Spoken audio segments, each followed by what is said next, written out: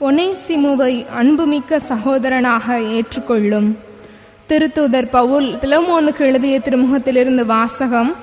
இறை வார்த்தைகள் 7 முதல் 20 முடிய. அன்பிற்குரியவரே, உம் அன்பை குறித்து நான் பெருமகிழ்வும் ஆறுதலும் கொள்கிறேன். ஆம் சகோதரரே, உம்மால் இறை மக்களின் உள்ளம் புத்துயிர் பெற்றுள்ளது. எனவே நீர் செய்ய வேண்டியதை உமக்கு கட்டளையிட கிறிஸ்தவ உறவில் எனக்கு முழு உரிமை உண்டு என்றாலும் அன்பின் பெயரால் வேண்டுகோள் விடுக்கவே விரும்புகிறேன்.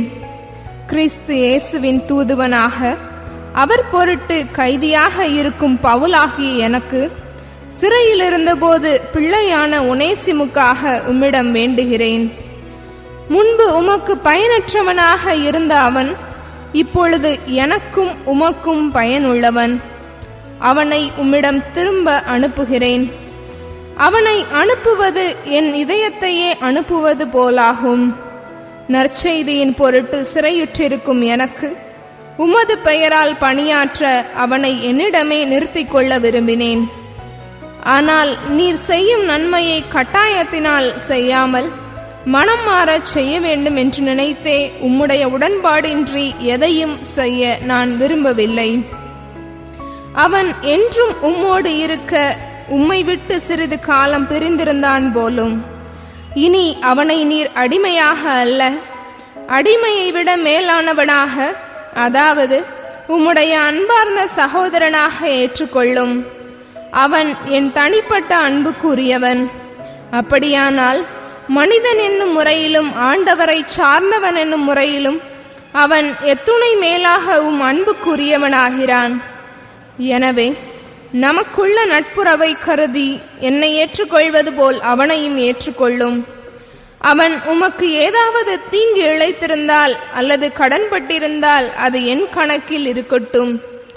நானே அதற்கு ஈடு செய்வேன் என பவுலாகிய நான் என் கைப்பட எழுதுகிறேன். நீர் உம்மையே எனக்கு கடனாக செலுத்த வேண்டும் என நான் உமக்கு சொல்ல வேண்டியதில்லை. ஆம் சகோதரரே, ஆண்டவர் பொருட்டு எனக்கு இந்த உதவியை செய்யும். கிறிஸ்துவின் பெயரால் என் உள்ளம் புத்துயிர் பெறச் செய்யும். ஆண்டவரின் அருள்வாக்கு. இறைவனுக்கு நன்றி. யாக்கோபின் இறைவன் தம் துணையாக கொண்டோர் பேறு பெற்றோர். யாக்கோபின் இறைவனை தம் துணையாக கொண்டோர் பேறு பெற்றோர். கொண்டோர் பேறு பெற்றோர்.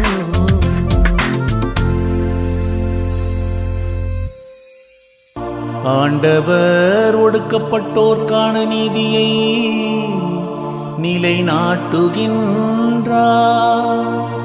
பசித்திருப்போர்க்கு உணவளிக்கின்றார்.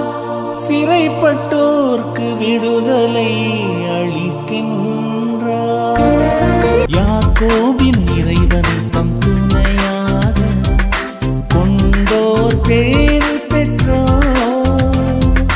யாக்கோபின் இறைவனை தம் துணையாக கொண்டோர் பேறு பெற்றோர். கொண்டோர் பேறு பெற்றோர்.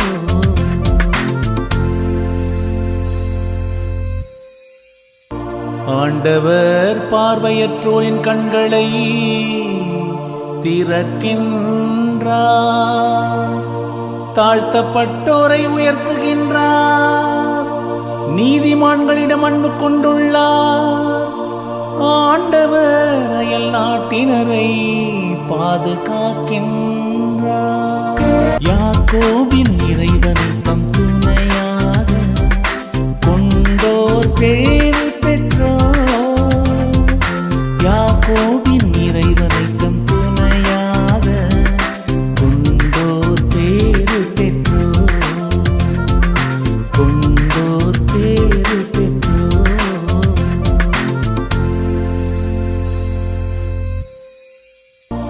அநாதை பிள்ளைகளையும் கைம்பெண்களையும் ஆதரிக்கின்றார். ஆனால் பொல்லாரின் வழிமுறைகளை கவிழ்த்து விடுகின்றார். சீயோனே, உன் கடவுள் என்றென்றும் எல்லா தலைமுறைகளுக்கும் ஆட்சி செய்வார்.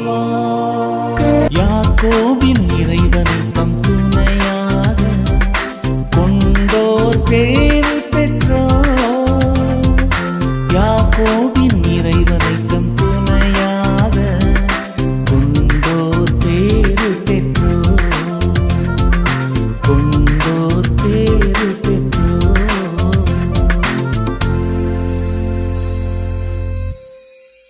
அல்லேலூயா, அல்லேலூயா. நானே திராட்சை கொடி, நீங்கள் அதன் கிளைகள். ஒருவர் என்னுடனும் நான் அவருடனும் இணைந்திருந்தால் அவர் மிகுந்த கனி தருவார் என்கிறார் ஆண்டவர். அல்லேலூயா. ஆண்டவர் உங்களோடு இருப்பாராக. உம் ஆன்மாவோடும் இருப்பாராக. புனித லூக்கா எழுதிய பரிசுத்த நற்செய்தியிலிருந்து வாசகம். ஆண்டவரே, மாட்சி உமக்கே. லூக்கா நற்செய்தி 17வது பிரிவு 17 வார்த்தைகள் 20 25 முடிய. அக்காலத்தில் இறையாட்சி எப்பொழுது வரும் என்று பரிசேயர் இயேசுவிடம் கேட்டனர். அவரோ மறுமொழியாக, இறையாட்சி கண்களுக்கு புலப்படும் முறையிலே வராது.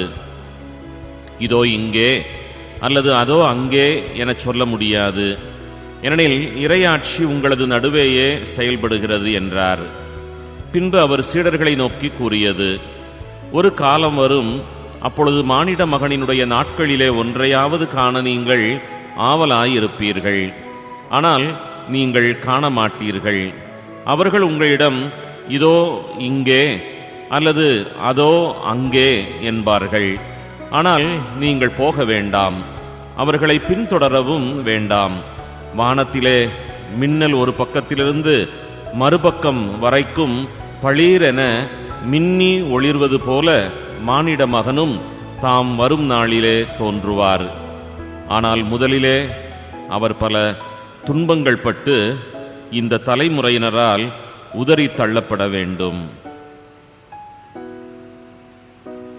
கிறிஸ்துவின் நற்செய்தி.